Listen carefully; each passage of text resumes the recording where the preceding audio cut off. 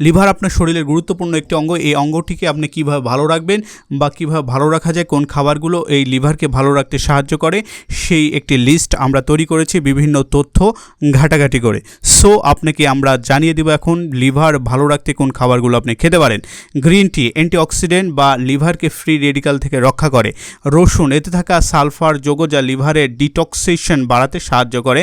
Beetroot এবং গাজরে বেলাটাইন বা beta carotene নামে যে উপাদান রয়েছে তা লিভারের কোষকে রক্ষা করে।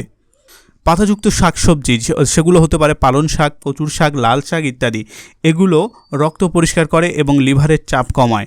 লেবু বা টাইসাইড ফল খেতে পারেন, সেগুলো হতে পারে বাতাবি লেবু, হতে পারে আপনার লেবু, হতে পারে অথবা কমলা লেবু হতে পারে, এগুলো আপনার লিভারকে ডিটক্স করতে সাহায্য করবে।